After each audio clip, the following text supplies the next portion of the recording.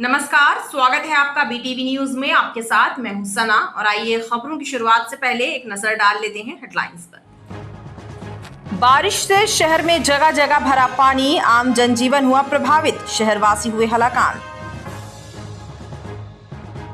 बंदरिया तिराहे में स्थित ओजस इंपीरिया की 13वीं मंजिल से कूदी युवती का सीसीटीवी फुटेज आया सामने, लिफ्ट में जाती हुई दिखी युवती। बारिश की खेप लेकर आए मानसूनी बादल इस कदर बरसे कि एक ही दिन में 5 इंच से ज्यादा बारिश हो गई, जिसके बाद कुल वर्षा का आंकड़ा 29 इंच तक पहुंच गया। मूसलाधार बरसात की वजह से जानकी नगर, जगदम्बा कॉलोनी, चेलाल फ्लाईओवर ब्रिज के नीचे भी जलप्लावन के हालात बन गए, जिसकी वजह से जनजीवन प्रभावित रहा।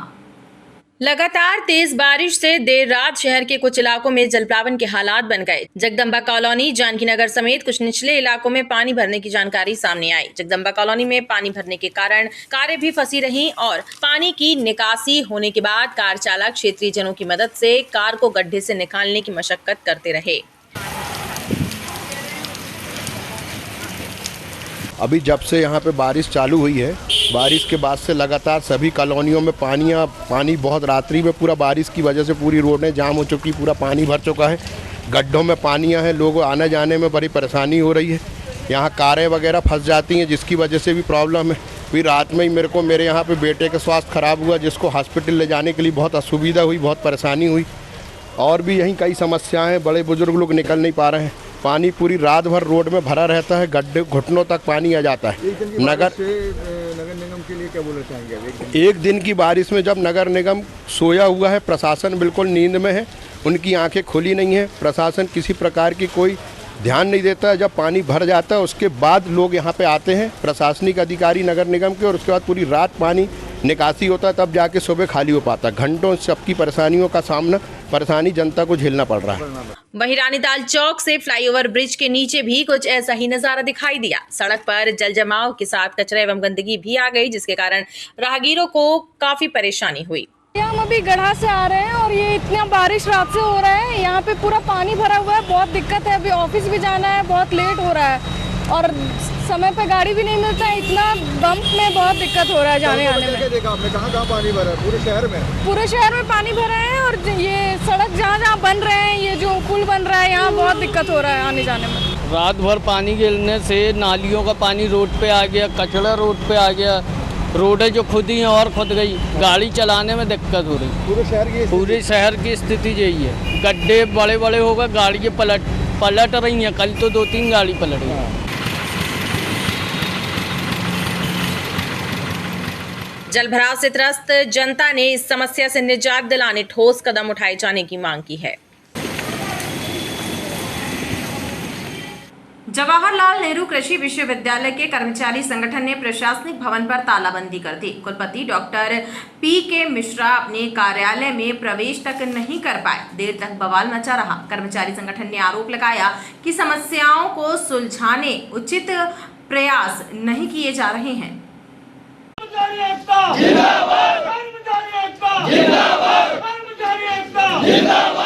समयमान वेतन और 7वें वेतनमान के एरियर्स सहित 17 सूत्री मांगों को लेकर आंदोलन कर रहे जवाहरलाल नेहरू कृषि विश्वविद्यालय के कर्मचारियों का आक्रोश बढ़ता जा रहा है।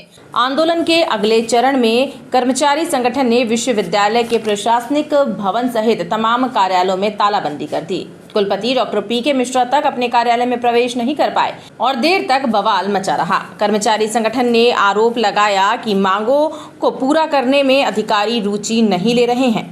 समयमान वेतनमान की बात है, उनका तो अधिकारी, उनको कर्मचारी ही नहीं माना जाता। उनको ना देने का पहला मुख्य बिंदु है कि उनको कर्मचारी नहीं मानते हैं। पहले तो उनको कर्मचारी मानते हुए उनके बारे में चर्चा करेंगे, उनका निर्णय लें कि वो कर्मचारी हैं और उनको किस तरीके से दिया जा सकता है। तीसरी मुख्य मांग है जो गलत तरीके से विनियमित किए गए, उसमें कुछ लोगों को आपने वेतन 21,000 से 15,000 कर दिया, कुछ लोगों ने आपके इस निर्णय के कारण ज्वाइन नहीं किया, उनका जीवन खराब हुआ, कुछ उसके कारण रिटायर हो गए उन निर्णयों के कारण। और चौथा हमारे 158 घंटे के कर्मचारी, जिनका प्रमंडल से आदेश पारित होने के बाद भी वेतन नहीं बढ़ाया जा रहा। ये सारी चीज़ें जिद की है। वहीं कुलपति डॉक्टर पी.के. मिश्रा का कहना है कि समस्याएं वार्तालाप से सुलझेंगी। कर्मचारी संगठन को चर्चा के लिए पहले भी आमंत्रित किया जा चुका है, लेकिन कर्मचारी संगठन चर्चा की बजाय आंदोलन कर रहे हैं। जिन मांगों में पूर्व में कभी गलती हुई है या आदेश कहीं त्रुटिपूर्ण निकले हैं, हमने इनको पहले ही दिन बोला था हम उसको सुधार देंगे। हम लगातार कह रहे हैं कि बातचीत करें, ऑफिस नहीं खुलेगा तो कोई काम नहीं होगा। और हमारा शिक्षा का कार्य भी प्रभावित हो रहा है, अनुसंधान का भी हो रहा है, और ये मतलब उचित माध्यम नहीं। आपके सबके सामने अनुरोध किया, ये पूरी सबसे कहा कि मैं जिसको कहोगे उसको बुलाऊंगा, सारे कागज़ दिखाऊंगा, सारे कागज़ आपको दूँगा। अब इससे ज़्यादा मैं क्या कह सकता हूँ।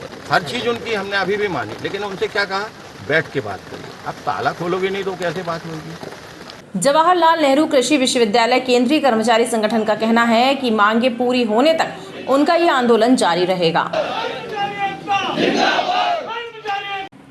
लगातार हो रही बारिश से नेत्रहीन कन्या विद्यालय में भी पानी भर गया और कमरों में रखा सामान पानी में तैरता नजर आया एवं दृष्टि बाधित छात्राओं और स्टाफ को बेहद परेशानियों का सामना करना पड़ा। हालांकि कलेक्टर ने नगर निगम के अधिकारियों को राहत कार्य कराने के निर्देश दिए हैं।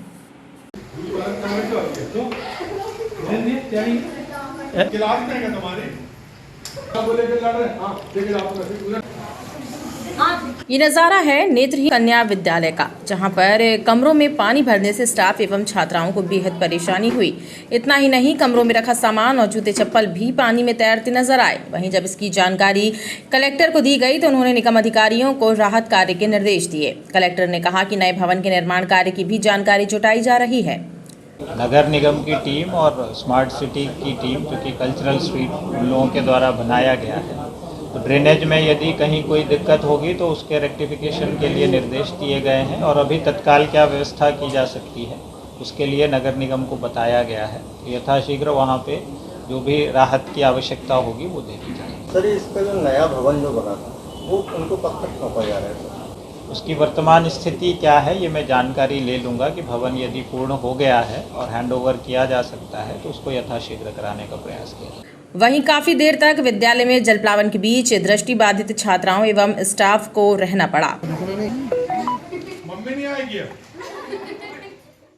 जनसंघ के संस्थापक सदस्य सुभाष चंद्र बनर्जी की प्रतिमा सिविल लाइन लोहिया पुल के पास स्थापित की जाएगी।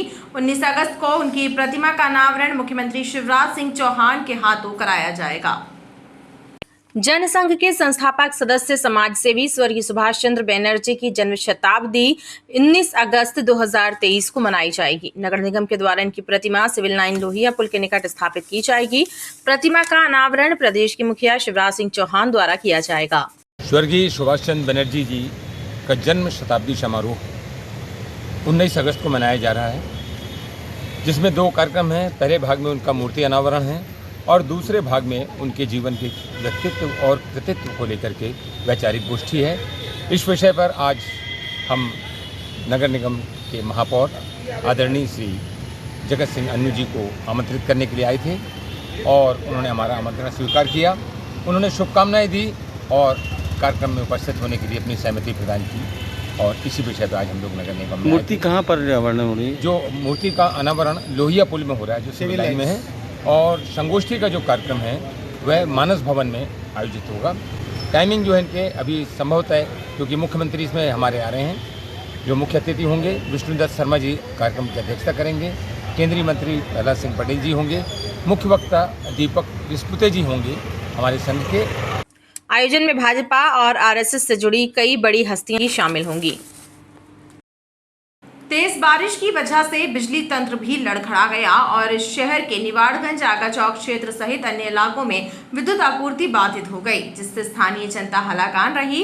वहीं कुछ स्थानों में देर रात ही सुधार कार्य करा लिया गया, तो वहीं कुछ जगहों पर बुधवार की सुबह तक सुधार कार्य नहीं हो पाया। बारिश के कारण बीती रात आगा चौक, निवाड़गंज, गढ़ा फाटक क्षेत्र में विद्युत आपूर्ति बाधित रही, जिसके चलते लोगों को परेशानियों का सामना करना पड़ा। स्थानीय जनता का कहना है कि कुछ घंटों तक लाइट गोल होने से हुई परेशानी के बाद बिजली विभाग द्वारा सुधार कार्य कराया गया।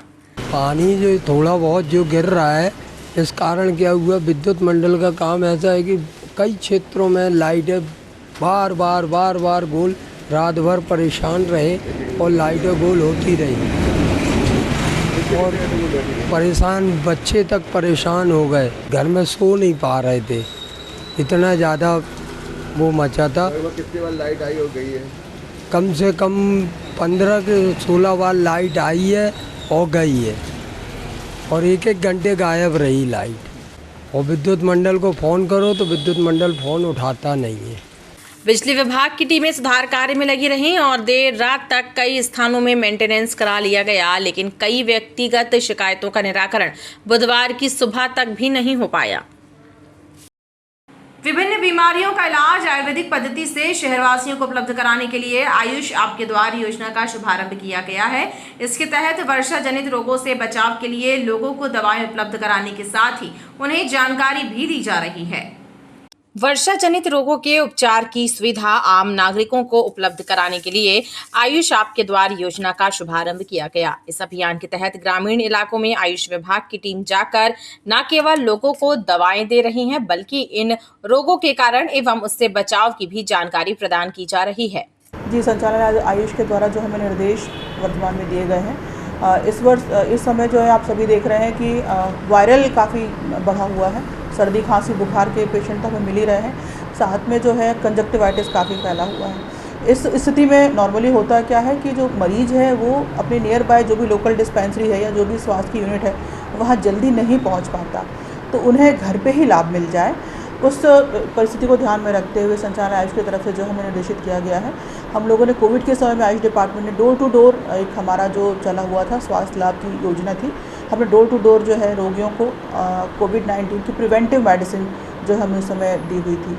और उसके रिजल्ट भी काफ़ी बेहतर मिले हैं। तो उसी की तर्ज पर जो है डिपार्टमेंट ने ये योजना लागू की है, जो कि आज दिनांक से शुरू हो गई और ये योजना जो है वो 30 सितंबर तक लगातार चलेगी। इसमें प्रत्येक सप्ताह जो है हमें डिपार्टमेंट को इसकी रिपोर्टिंग करनी होती है। हमारा अमला डिस्पेंसरी हमारी बंद नहीं होगी, डिस्पेंसरी में हमारा कोई ना कोई एक स्टाफ रहेगा, बाकी जो हमारे स्टाफ के लोग रहेंगे वो जमीनी तौर पर जो है घर घर आसपास में यदि कहीं पे कोई बाज़ार लगा हुआ है, स्कूल है, आसपास कोई संस्थाएं हैं जहाँ पर पास संस्थाएं होती हैं, आंगनवाड़ी है जहाँ महिलाएं बच्चे एक साथ उपलब्ध होते हैं, इन जगहों पर जाकर के जो है वो औषधि प्रदान करेंगे।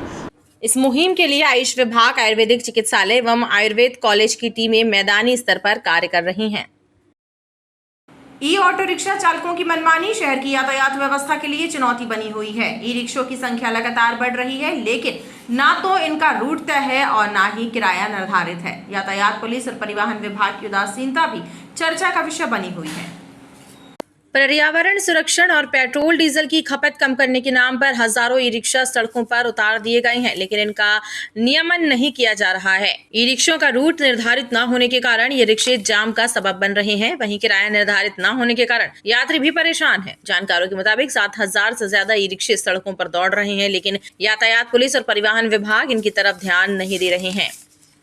आज जबलपुर शहर में जिस प्रकार से ट्रैफिक नियम पालन करने के लिए बड़े बड़े प्रचार किए जा रहे हैं वह जनता देख रही है, लेकिन आज हमने ये भी देखा है कि जबलपुर संस्कारधानी के हर क्षेत्र, हर गलियों में जिस प्रकार से ये आपने नए ई रिक्शा देखे हैं, ये ट्रैफिक को सुलभ बनाने के लिए और सहज बनाने के लिए गए थे, लोगों को सुविधा देने के लिए।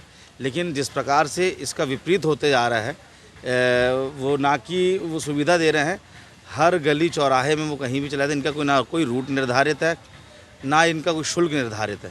पैसा भी ये उल्टा सीधा मनमाना मांगते हैं और कहीं कोई ट्रैफिक के ये नियम का पालन नहीं कर रहे। इनका रूट तय होना चाहिए और किराए का मापदंड तय होना चाहिए कि किस रूट पर कितना इनका किराया निर्धारित होना चाहिए, क्योंकि पेट्रोल का अलग किराया होता है और इलेक्ट्रॉनिक गाड़ी है ये, इसका अलग किराया होना चाहिए।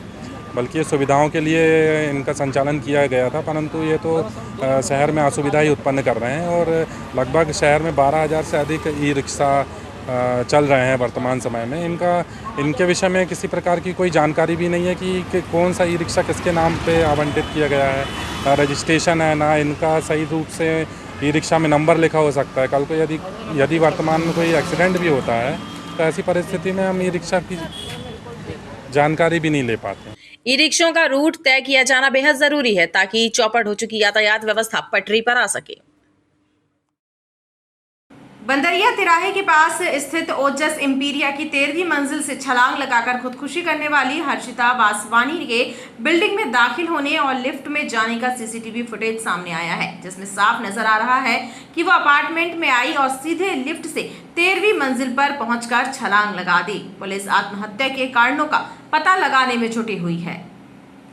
ओजस सिम्पेरिया की 13वीं मंजिल से कूदकर आत्महत्या करने वाली मदन महल प्रेमनगर निवासी हर्षिता वासवानी साइकोलॉजी की स्टूडेंट थी और खुदकुशी जैसा आत्मघाती कदम उसने क्यों उठाया, इसका खुलासा नहीं हो सका है। वहीं मौत से पहले का सीसीटीवी फुटेज भी सामने आया है, जिसमें स्पष्ट नजर आ रहा है कि जब वो अपार्टमेंट में दाखिल हुई तब उसके हाव भाव सामान्य थे और किसी को भी अंदेशा नहीं था कि उसकी मंशा खुदकुशी की है। इस घटना से हर्षिता के परिजन भी सदमे में हैं। वहीं पुलिस आत्महत्या की वजह तलाश रही है। खबरों का सिलसिला लगातार जारी रहेगा, आप देखते रहिए BTV न्यूज।